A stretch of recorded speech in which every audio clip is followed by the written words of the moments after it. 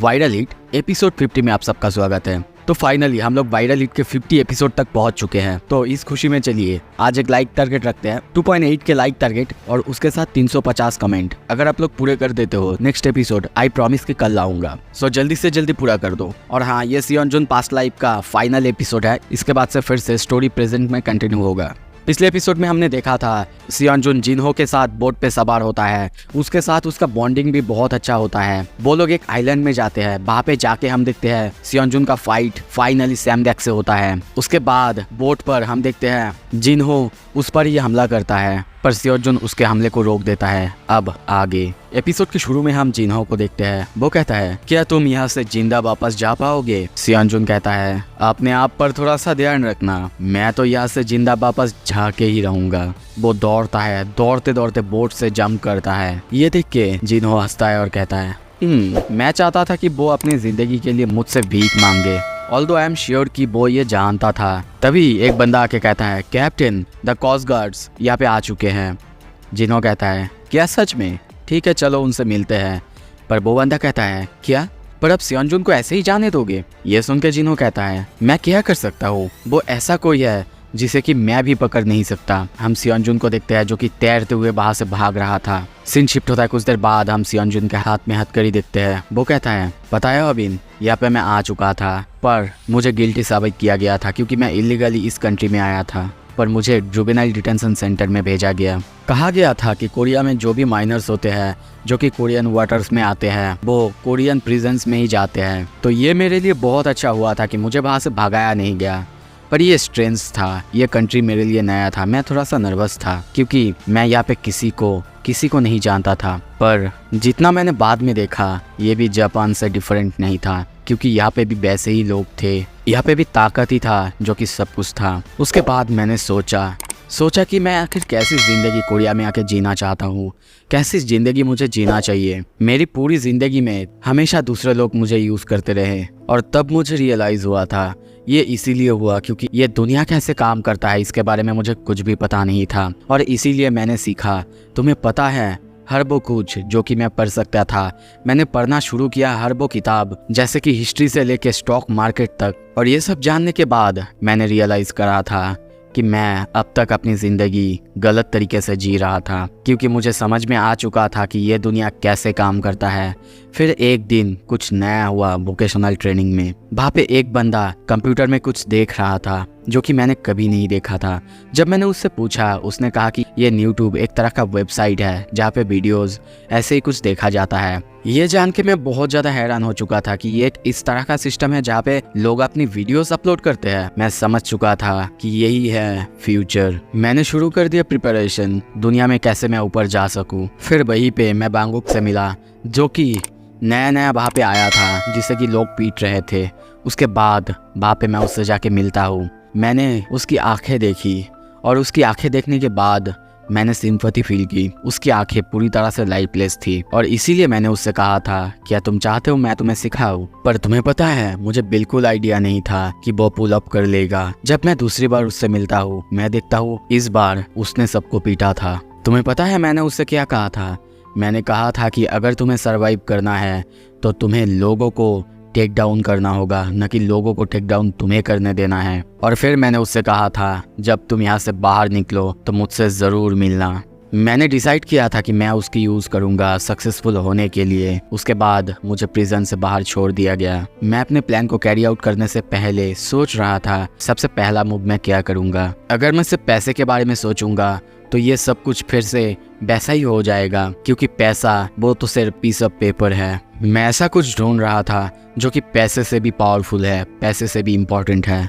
और तब मैंने देखा जिनहो को फिर से। और तभी हम देखते हैं वो जिनहो को देखते ही वहाँ पे उसको आके स्टैप करता है और कहता है पता है तुम्हें दो तरह के लोग होते हैं जिनको मैं कभी माफ़ नहीं कर सकता। एक जो कि मुझे स्टैप करने की कोशिश करते हैं और दूसरा जो कि मुझे स्टैप करते हैं। जिनहो उसे देख के बहुत ज़्यादा हैरान होता है। सियोन जुन उसे देखते कहता है इट्स बीन वाइल्ड कैप्टन। जिनहो देखते उसे बहुत जोर से एक किक मारता है और अपने आप को पकड़ते हुए कहता है, मेरे पीछे से आके स्टैप करना, इस तरह का हेलो कहना, तुम अभी भी नहीं बदले, तुम्हारे अंदर अभी भी याकुजा जिंदा है। मैंने सुना था कि तुम रिलीज हो चुके हो। वो और कुछ कहता, तभी देखते सियोनजुन उसके सामने झुकता है और कहता है, प्लीज मुझे अपने नीचे ले लीजिए। मैंने बहुत सारा पढ़ाई करी है, बहुत कुछ करी है। मैं कॉन्फिडेंट हूँ कि मैं समझ चुका हूँ कि ये दुनिया कैसे काम करता है। हाँ, मैंने सोचा था पहले कि ये दुनिया पैसों से चलता है, पर नहीं, ये सच नहीं था। मैंने ये आपसे सीखा था। जो चीज़ सबसे ज़्यादा मैटर करता है वो है एक ऐसी चीज़ जिसे कि आप देख नहीं सकते। मैं पावर की बात कर रहा हूँ, पावर। ये सुनने के बाद जिन्हो कहता है, सियोनजुन, हम लोग कभी एक दूसरे को आँख से आँख मिला के देख नहीं सकते और ऐसा कोई चांस भी नहीं आएगा। अगर ऐसा होगा तो शायद हम में से एक ना एक मर जाएगा। तो फिर भी तुम्हें चाहिए कि हम लोग टीम अप करें।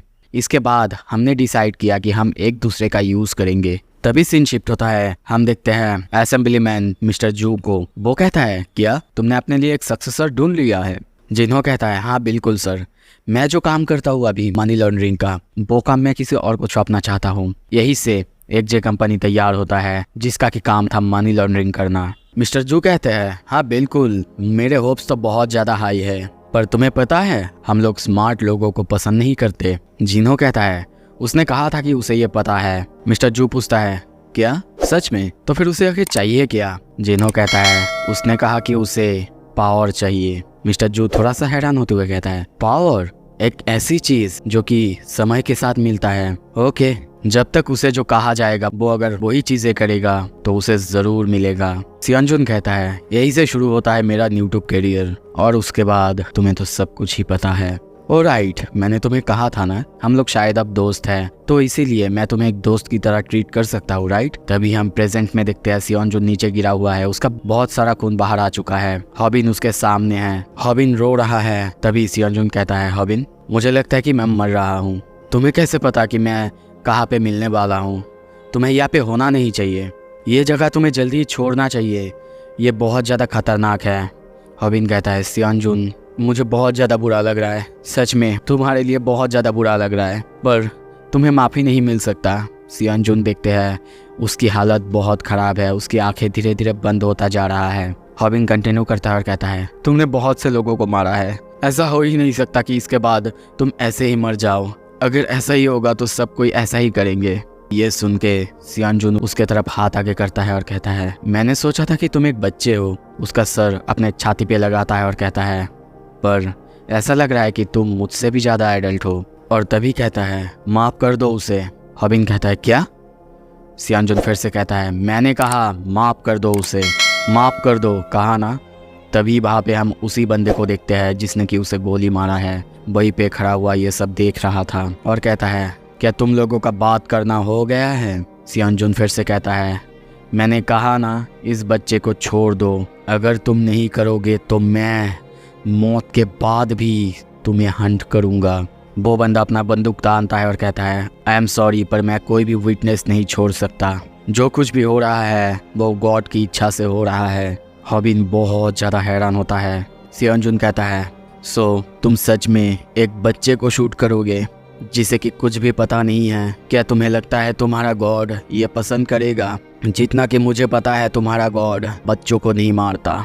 उसे जाने दो, वो अभी एक बच्चा है, उसकी हालत बहुत ख़राब है, उसकी आंखें बंद होने ही वाला है। और तभी देखते हैं, कहता है, मैं जा रहा हूँ और मैं तुम्हारी भगवान को, तुम्हारी गॉड को सब कुछ एक्सप्लेन कर दूंगा जो भी तुमने करा है। हॉबिन तभी उसे देखते हुए रोना शुरू करता है। तभी देखते हैं वो बंदा कहता है, हेलो बॉस, मैंने सब कुछ ख़त्म कर दिया है, ये बंदा मर चुका है और हाँ, कोई भी विटनेस नहीं है। वो सियोनजुन की तरफ देखने लगता है। तभी देखते हैं हॉबिन सियोनजुन को पकड़ के रोने लगता है। सियोनजुन मर चुका है। वो बंदा कहता है, यस बॉस, बारायोनी वो मर चुका है, वो सियोनजुन होकर मरा है। तभी हम देखते हैं सियोनजुन मर चुका है। वो जाते जाते भी स्माइल कर रहा था। तभी आई एम सॉरी अगर मैं यहाँ पे गलत हूँ, तो आई थिंक यहाँ पे मरने से पहले जो फ्लैशबैक्स या फिर जो विजन्स आते हैं ये सब है। तभी देखते हैं सियोनजुन की आवाज़ में, हेलो मेरे 5 मिलियंस वोटर, ये है सियोनजुन बिएक। हम उसे नेशनल असेंबली में देखते हैं। उसके सामने उसके मॉम, डैड, सब कोई है। सब कोई बहुत ज़्यादा प्राउड है। उसका जो मोटरसाइकिल गैंग, उसके जो दोस्त, वो सब है। वो सबको थैंक यू कहता है, थैंक यू मुझे वोट देने के लिए। मैं सियोंजुन बेक अब वाव लेता हूँ, मैं अपना हर एक प्रॉमिस पूरा करूँगा जो भी मैंने आपसे करा है। बहुत सारे लोग हैं जिन्होंने की सफ़र की है, बहुत सारे लोग हैं जिन्होंने की अपने जीवन को खोया है। Of course I am aware कि मुझे ये सब कहना नहीं चाहिए क्योंकि मैं भी एक फॉर्मर याकुजा मेंबर हूँ, पर किसी को तो ये ख़त्म करना ही होगा, किसी को। वहीं पे हम हॉबिन को देखते हैं जो बहुत खुश होकर उसको देख रहा था।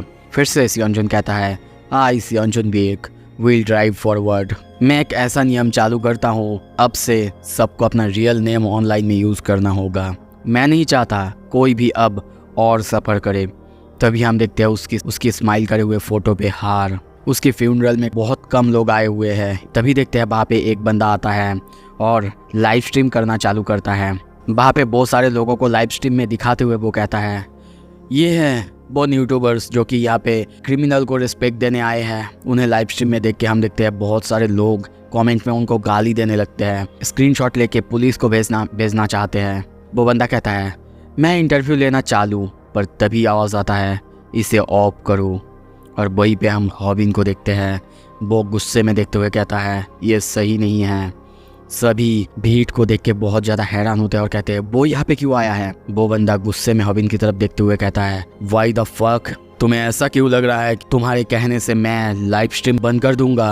हॉबिन और ज़्यादा गुस्सा होता है और कहता है, मैंने कहा इसे बंद करो। तभी देखते हैं उसे इतने गुस्से में देख के वो बंदा दुम दुमा के भागता है।